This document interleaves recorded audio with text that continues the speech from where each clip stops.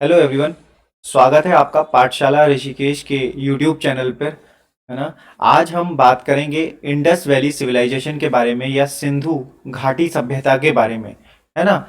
पाठशाला ऋषिकेश के offline batches जो पीसीएस, एसएससी, बैंक, रेलवे और उत्तराखंड पुलिस के लिए चल रहे हैं, वो नए बैचेस मंडे से ही स्टार्ट हुए हैं। तो आप ऑफलाइन बैचेस के लिए पाठशाला ऋषिकेश की क्लासेस में इनरोल कर सकते हैं। ठीक है।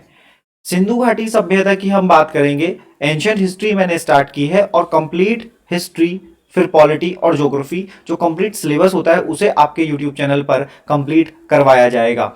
आज हम इंडस वैली सिविलाइजेशन की बात कर रहे हैं जिसे सिंधु घाटी सभ्यता कहते हैं। उसका एक ये मैप है बहुत ही प्यारा सा। ये अविभाजित भारत को अगर आप देखें जिसमें पाकिस्तान को दिखाया गया है इस हिसाब से।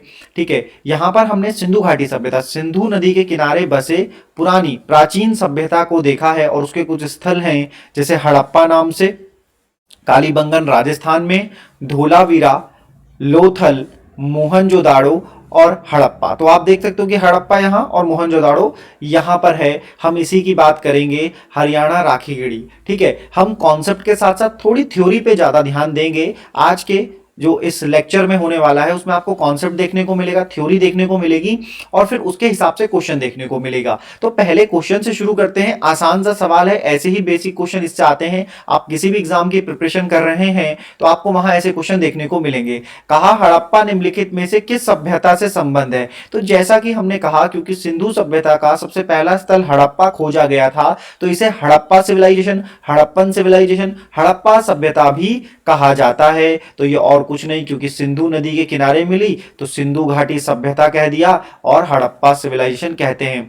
थ्योरी पार्ट में आते हैं। ध्यान से देखना, एक एक चीज बहुत ज्यादा इंपॉर्टेंट है। क्या आपने ऐसा पढ़ा है, क्या आपने जहां से आप पढ़ रहे हैं वहां आपको यह समझाया गया था कि जो सिंधु घाटी सभ्यता है वो अपने त्रिभुजाकार आकार स्वरूप में थी। है ना। उसका मतलब एक ट्राइंगल शेप था, उस स्वरूप में थी। क्षेत्रफल लगभग, ये लगभग हो जाएगा 13 लाख वर्ग किलोमीटर। सर्वप्रथम चार्ल्स मैसन ने 1826 ईस्वी में सेंधव सभ्यता का पता लगाया जिसका सर्वप्रथम वर्णन उनके द्वारा 1842 में प्रकाशित पुस्तक में मिलता है। इसके बाद 1921 में भारतीय पुरातत्व सर्वेक्षण विभाग के तत्कालीन अध्यक्ष कौन, ये कई बार नाम आता है कि जब 1921 में से खोजा गया था तो उस समय पर भारतीय पुरातत्व सर्वेक्षण विभाग के अध्यक्ष कौन थे, तो सर जॉन मार्शल। ये नाम आपको याद रखना है। क्या नाम है? सर जॉन मार्शल के नेतृत्व में पुरातत्वविद दयाराम साहनी ये खोज करता थे। कौन? दयाराम साहनी ने उत्खनन कर इसके प्रमुख नगर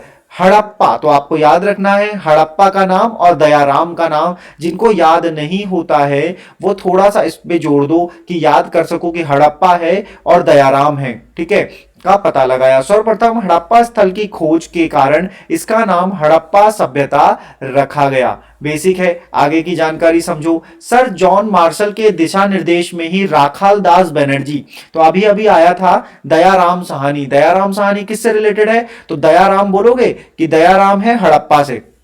राखाल दास बनर्जी द्वारा सिंधु घाटी सभ्यता के स्थल मोहनजोदड़ो की खोज 1922 में की गई। Radio carbon C14, radio carbon C14 जैसी नवीन विश्लेषण पद्धति द्वारा हड़प्पा सभ्यता का काल निर्धारण किया गया। मतलब कार्बन C14 वह पद्धति है जिससे पूरा से पुरानी जो प्राचीन जो सभ्यता होती है उसका पता लगाया जाता है। 2500 ईसा पूर्व से 1700 ईसा पूर्व इसका काल माना गया है। ठीक है। 400-500 वर्षों तक विद्यमान रही यह सभ्यता 2200 ईसा पूर्व से 2000 ईसा पूर्व के मध्य तक यह अपनी जो परिपक्व अवस्था है उसमें थी। नवीन शोध के अनुसार यह सभ्यता लगभग 8000 साल पुरानी है। तो बेसिक जानकारी थी, आगे क्वेश्चन मिलेंगे, करने के काम आएंगे। आगे चलते हैं। सैंधव सभ्यता, देखो आपने कहा, हमने कहा कि भाई देखो ये तो एक ट्राइंगल के फॉर्मेट में है ना। इस तरह से इसका कुछ आकार देखने को मिलेगा, इस तरह से ये फैली हुई थी। तो देखो कुछ चीज बताई गई, भाई हर किसी का उत्तर दक्षिण दिशा तो होती है। अगर इसे उत्तर दक्षिण दिशा में आप बांटने चाहो तो कुछ इस तरीके से समझो। ठीक है। तो यहां पर जम्मू में एक स्थल मिला, नाम था मांडा।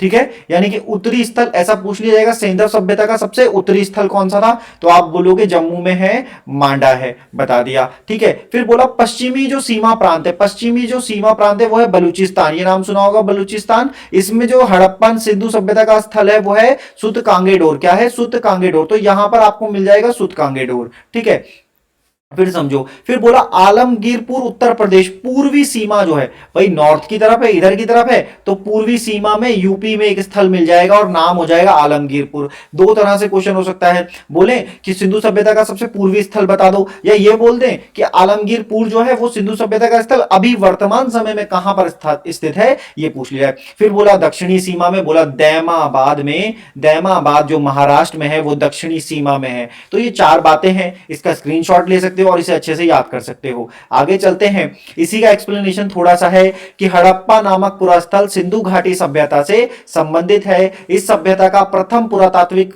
प्रमाण हड़प्पा से प्राप्त होने के कारण सैंधव सभ्यता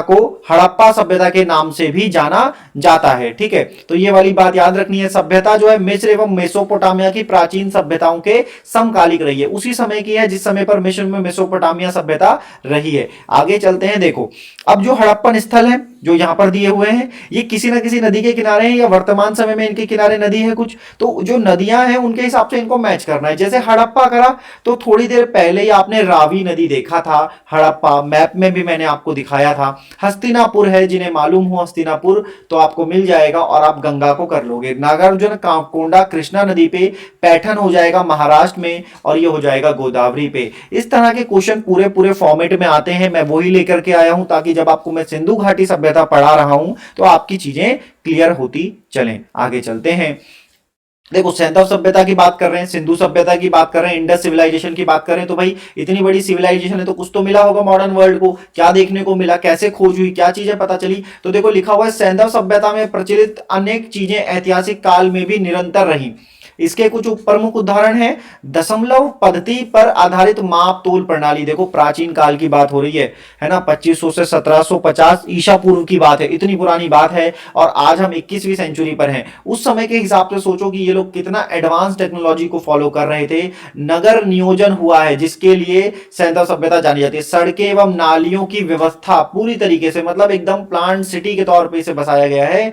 बहुदेववाद का प्रचलन, मातृ देवी की पूजा, प्रकृति पूजा, शिव पूजा, लिंग एवं योनि पूजा, योग का प्रचलन, जल का धार्मिक महत्व, स्वास्तिक चक्र आदि प्रतीक के रूप में, ताबीज तंत्र मंत्र का प्रयोग, आभूषणों का प्रयोग, बहुफसली कृषि आदि चीजों को देखोगे, इक्का गाड़ी, बैलगाड़ी, आंतरिक ब्राह्य व्यापार आदि, मोहरों का प्रयोग, ये सबसे इंपॉर्टेंट है मोहरों का प्रयोग। सैंधव सभ्यता की एक प्रमुख देन है नगरीय जीवन के क्षेत्र में, यानी कि नगरीय जीवन का जो उन्होंने दिखाया है वो सबसे ज्यादा इंपॉर्टेंट है। तो ये छोटी सी एक बात है जिसको कॉन्सेप्ट की तरह से आपको सैंधव सभ्यता को समझ लेना है।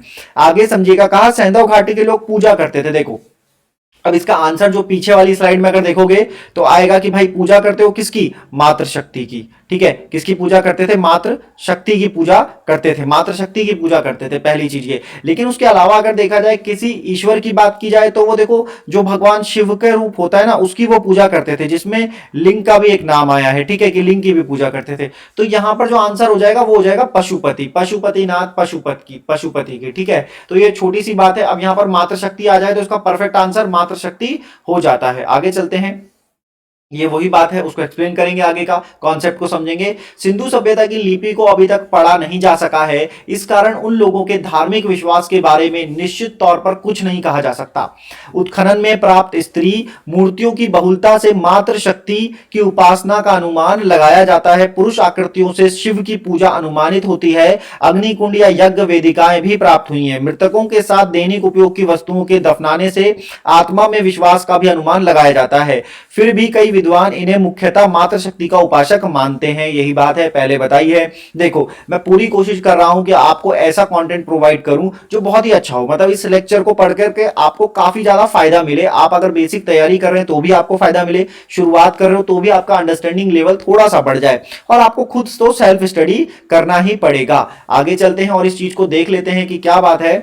फिर से है कि स्थिति है कोई राज्य जो है और हड़प्पा स्थल, मतलब वर्तमान समय में ये हड़प्पा स्थल जो जाने जाते थे वो अब कहाँ हैं, ये बात पूछी गई है। तो मांडा की बात आई है, जैसे ही मांडा आ जाए आपको जम्मू कश्मीर याद कर लेना है, तो आप यहां मिला सकते हैं। बोला राजस्थान में बताओ, राजस्थान में कौन सी जगह है, ठीक है, राखी गढ़ी है। अगर राजस्थान की बात करें तो कालीबंगा, राजस्थान की बात करेंगे तो कालीबंगा, ठीक है। हरियाणा की बात करोगे तो राखीगढ़ी, भारत में सबसे बड़ा, ठीक है, भारत में सबसे बड़ा राखीगढ़ी आपको मिल जाएगा हरियाणा में। महाराष्ट्र की बात करी तो पहले भी ये दहमाबाद दक्षिणी सीमा लगता है, तो चारों ही मैच हो गए। इस तरह से मैंने आपको बताया। राजस्थान में तो ये कई जगह आता है कि फलाना जो हड़प्पा स्थल है, जैसे मांडा, देमाबाद, राखीगढ़ी, कालीबंगा, ये वर्तमान में किस भारतीय राज्य में इनकी अवस्थिति है, ये बताइए। तो ये छोटी सी बात थी। हड़प्पा, मोहनजोदड़ो, रोपड़, लोथल, कालीबंगा सिंधु घाटी सभ्यता के प्रमुख स्थल हैं। सैंधव सभ्यता में सड़कें एक दूसरे को समकोण पर काटती थी, कुछ इस तरीके से समझ लो,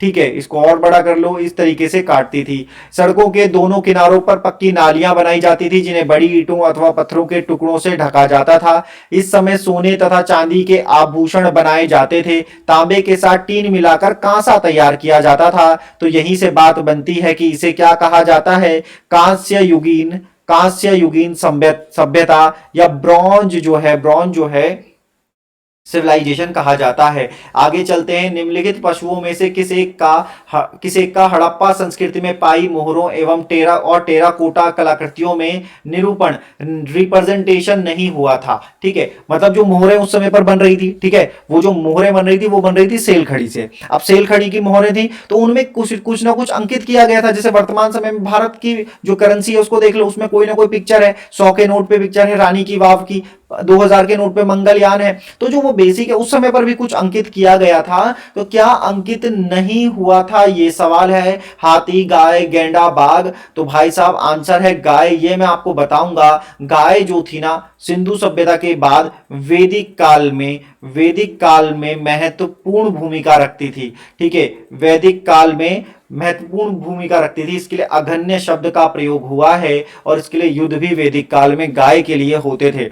हड़प्पा में गाय का मोहरों से लेना देना नहीं है। कलाकृतियों में गाय का चित्रण नहीं मिलता है, जबकि हाथी, गेंडा, बाघ, हिरण, भेड़ आदि का अंकन मिलता है। तो ये वाली बात थोड़ा सा याद रख लो, कभी आपको क्वेश्चन इस तरह से देखने को मिलेगा। मैं आपको जो क्वेश्चन बता रहा हूं वो प्रीवियस ईयर एग्जाम में आए हुए पूरे क्वेश्चन हैं। तो पूरी अच्छी से आपकी तैयारी यहां पर होगी। सभी क्वेश्चंस पे हम डिस्कस करेंगे, बात करेंगे। आगे चलते हैं। सिंधु घाटी सभ्यता का पत्तन नगर बंदरगाह कौन सा है? सिंधु घाटी का पत्तन मतलब पोर्ट की बात हो रही है भाई, ठीक है, पोर्ट की बात हो रही है। तो कौन सा है? कालीबंगा, लोथल, रोपड़, मोहनजोदड़ो। फटाफट से आंसर कर लो। अगर तुमने आंसर कर लिया है तो हम बात करते हैं लोथल की, जो कि किस नदी के किनारे है? तो ये हो जाएगा भोगवा नदी के किनारे। आगे चलते हैं और समझते हैं। लोथल अहमदाबाद गुजरात जिले में है। तो इंफॉर्मेशन को थोड़ा सा ध्यान से समझना कि जो हम पढ़ रहे हैं वो यहां पर लिखी गई है। जिले में सरगवल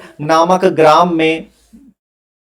ग्राम में जो है वहां से यह है, ठीक है। वर्ष 1955 तथा 1962 के मध्य यहां एसआर राव के निर्देशन में खुदाई की गई, जहां 2 मील के घेरे में बसे हुए एक नगर के अवशेष प्राप्त हुए। यह 6 खंडों में विभक्त था। यह ऊंचे चबूतरे, रक्षा प्राचीर, सड़क तथा मकानों के अवशेष मिले हैं। यहाँ की सबसे महत्वपूर्ण उपलब्धि पक्की ईंटों का बना हुआ विशाल आकार का एक घेरा है, जिसे राव महोदय ने क्या कहा है?